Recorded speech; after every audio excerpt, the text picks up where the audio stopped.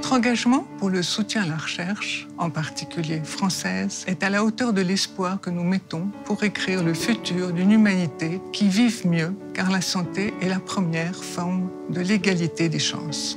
Chercher, trouver, innover, accéder aux facteurs de progrès en prévenant mieux et en soignant mieux, à tous âges, et quelle que soit la condition sociale, est bien la finalité et le moteur de tous ceux que nous encourageons et qui ont besoin de temps comme de confiance.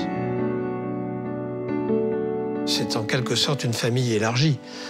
Et la recherche, c'est aussi cela, c'est un travail collectif qui a besoin parfois, effectivement, d'un soutien, je dirais, du type familial.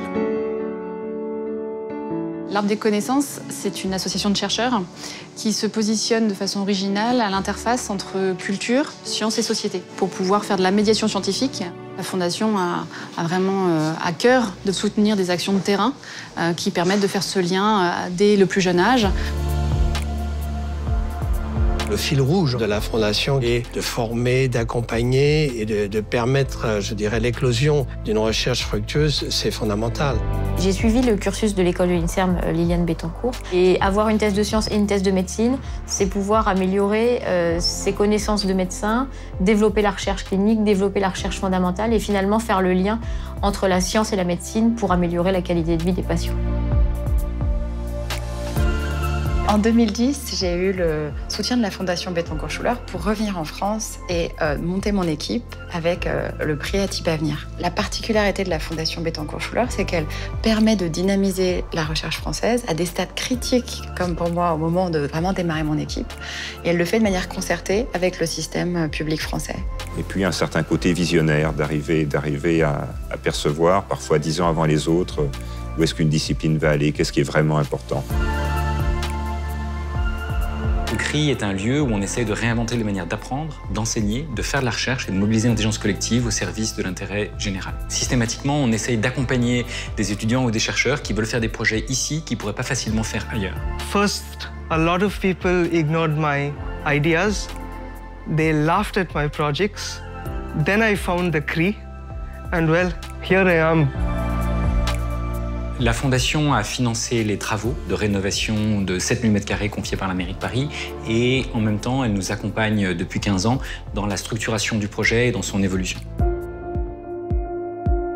C'est pas seulement un enjeu de recherche fondamentale, c'est plus large que ça, c'est sociétal. L'audition, c'est une vraie cause de santé publique qu'on peut porter aujourd'hui en France et en Europe avec de vraies chances de succès grâce à l'engagement de la Fondation Bettencourt-Schuller à travers cette nouvelle fondation pour l'audition dont elle est membre fondateur. La mission de la chaire de recherche, c'est de vraiment comprendre toute la complexité de l'autisme et du cerveau social. Donc la Fondation Bettencourt-Schuller nous a permis de faire des choses extraordinaires, c'est-à-dire à la fois d'avoir des nouvelles approches en génétique, mais surtout de faire ces liens entre la génétique, la neuroscience et la psychiatrie. La Fondation Bettencourt-Schuller soutient les activités de Neurospin pratiquement depuis sa création, c'est-à-dire depuis 2006. D'abord pour l'acquisition d'un matériel d'imagerie très innovant, la magnétoencéphalographie, et ensuite pour plusieurs projets de recherche consacrés à l'éducation. Et c'est cette capacité d'investir sur le long terme avec confiance, en prenant des risques, qui est tout à fait caractéristique, je dirais, de la Fondation.